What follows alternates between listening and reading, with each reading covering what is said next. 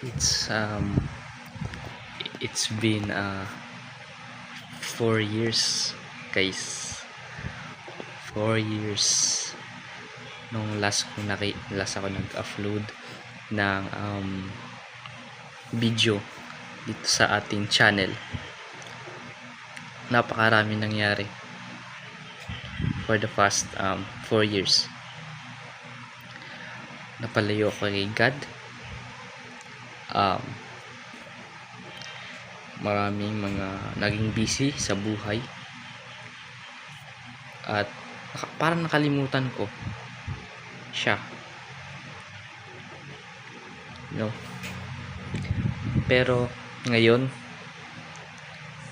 tagal na, 4 years. Then binalikan ko yung mga video, pinanood ko isa-isa yung mga pinagagawa ko bata pa ako, mga grade 7 yata yun, or grade 8. Ang pandemic pa yata time yan eh. Natuwa ako sa sarili ko. Natuwa ako sa humanga ako sa sarili ko nun. Nasi-share ko yung gospel sa mga tao. I mean, hindi naman siya ganun ka-viral, pero nakita ko na may mga nakapanood din nun. At masaya ako dahil na ayun, yung mga videos na upload ko dati is nandun pa rin at hindi ko siya nabura,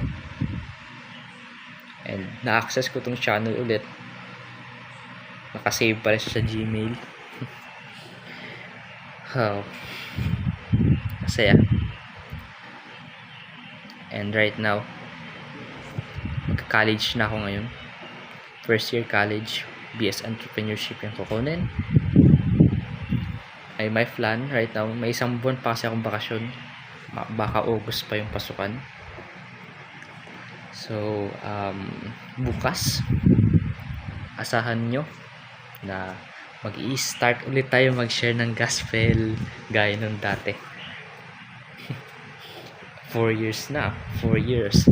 Tapos yung dati Tagalog version pa yung mga ina-upload ko, tapos bigla nagpalit na English, tapos di na masyado maintindihan, kaya babalik tayo sa Tagalog.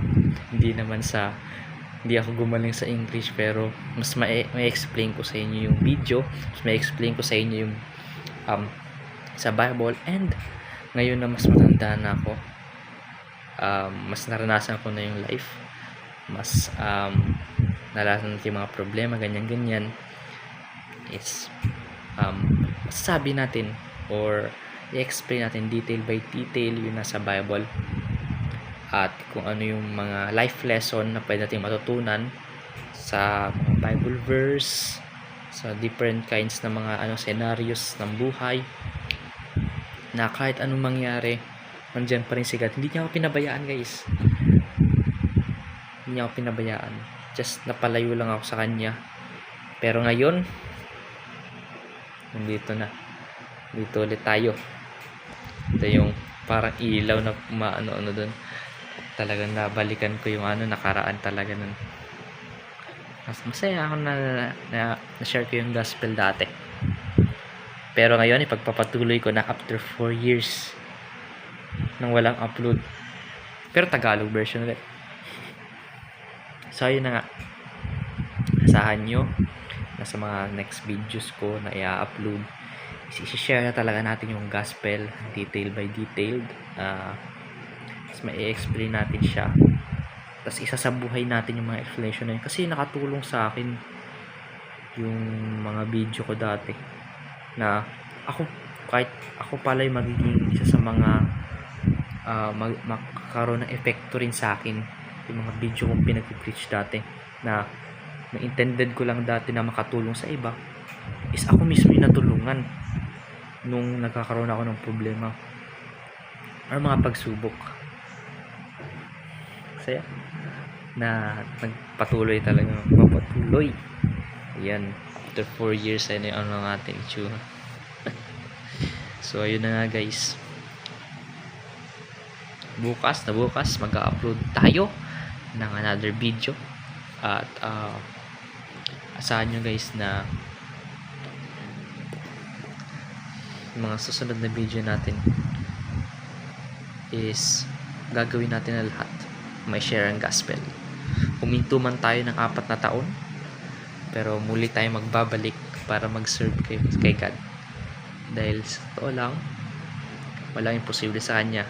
At there's no time, there's no too late para mag-share ng gospel. Matanda ka man, bata ka, nag-share. Basta't may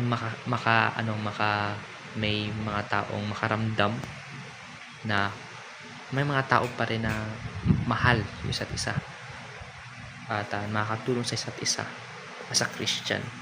So ayun na nga, kanina pa yan, God bless. At